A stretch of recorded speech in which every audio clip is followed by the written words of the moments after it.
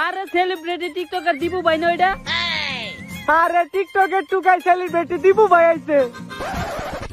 দীপু ভাই প্লিজ একটা সেলফি। দীপু ভাই ভিডিও অন করছি, একটু মুজরা করেন। দীপু ভাই আমার একটা অটোগ্রাফ দেন ভাই। আরে অনেক মানুষ এই জায়গায়, সবাই সেলফি তুলতেছে, তুমি সেলফি তুলো। আরে দীপু ভাই এখানে অনেক মানুষ কই পেলেন, মাত্র তো 6 জন। আরে ভাই সবাই সেলফি তুলতেছে, তাই তুমি সেলফি তুলো। দীপু ভাই আপনি অটোগ্রাফি দিবেন, অটোগ্রাফ দিতে আপনার কি সমস্যা? আরে তুমি বুঝো না কে, আমি টিকটকার, টিকটকাররা মূর্খ, পড়ালেখা পারে না। কি ভাই মারলেন কে আমারে?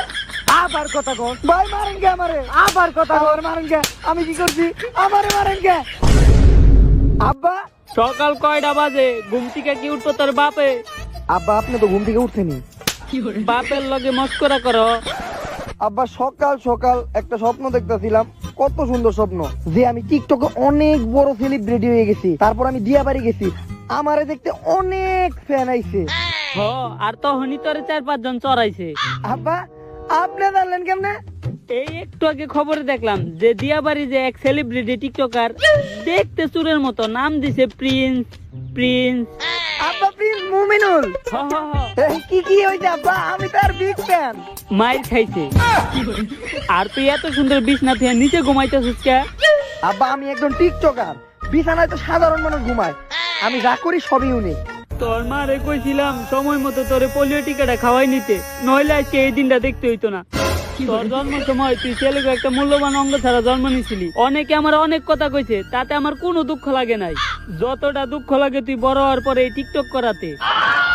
আব্বা এরকম অপমান করে কথা কওয়া ঠিক না, টিকটকার গো একটা ভবিষ্যৎ আছে।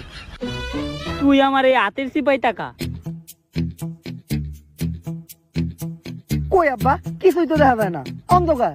এইটাই টিকটকার গো ভবিষ্যৎ।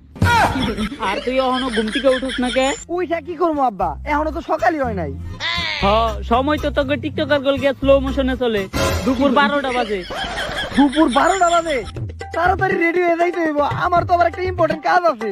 হ, তোর ইম্পর্টেন্ট কাজ তো আমি জানি। টিকটকে যে মুজরা করবি, কেন যে সময় মতো পোলিও টিকাটা দিলাম না, তাইলে পোলাটা আজকে প্রতিবন্ধী হইতো না।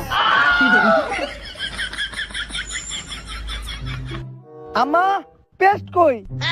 দেখ বাথরুমের ভিতরে। বাথরুমের ভিতরে? আম্মা কইছে, তার মানে বাথরুমের ভিতরেই পেস্ট।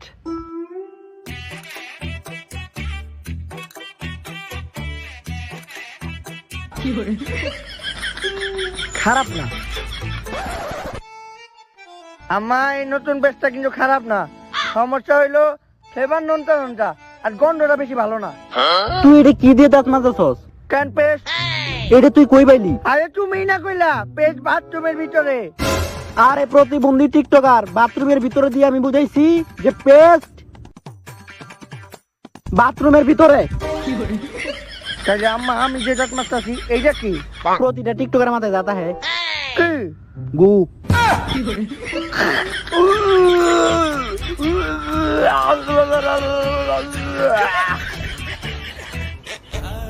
আম্মা তুমি এবার বুঝাই কইবে না? আমি তো ভুলে গেছিলাম টিকটকার কত কম অসিস নাই। তাড়াতাড়ি তোকে টিকটকের কন্টেন্টের মতো 15 সেকেন্ডে রেডি হইয়া বাজারে গিয়ে 1 লিটার তেল নিয়ে আয়। ওই যাওয়ার সময় আবার স্লো মোশনে যাইও না।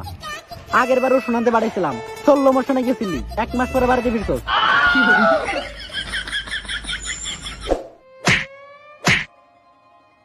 এই লেওরের দরজাটা খালি জাম হয়ে থাকে, এখন দরজাটা খুলবো কেমনে?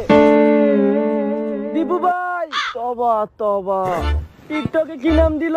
মায়ও বাই কয়, বাপেও বাই কয়, এখন আবার আমারও বাই কয় লাগতেছে। দীপু একটু এদিকে আয়। নানি ডাকছিলা? তুই না খুব সুন্দর সুন্দর লজিক ছাড়া টিকটক ভিডিও বানাস, আজকে আমার সামনে একটা বানা। নানি তুমি আজকে আমার অরিজিনাল ট্যালেন্টটা বুঝলা, নাও তুমি ক্যামেরা ধরো। আচ্ছা তাইলে তুই এই পাশে বই বানা। আর নানি তুমি কিন্তু মনে করে টিকটকের ফিল্টারটা লাগাই নিও। টিকটকের করতে চেহারা তো তেমন একটা ভালো থাকে না, প্রথমে তাকে সুইপারম্যান ফিল্টার লাগাও, দেখা যাবে জেন্টলম্যান। বুঝছি মাদার। তবা তবা থু, বুড়া বয়সে তো আবার গালি দেওয়া যাইব না। স্টার্ট। কাট। কেন নানি, ভিডিও তো শেষ হয় নাই। কিন্তু দরজা তো খুলে গেছে, এইটুকুতেই চলবো। নে তুই তোর মোবাইল ধর, আমি সাইডে লাইরে দিই।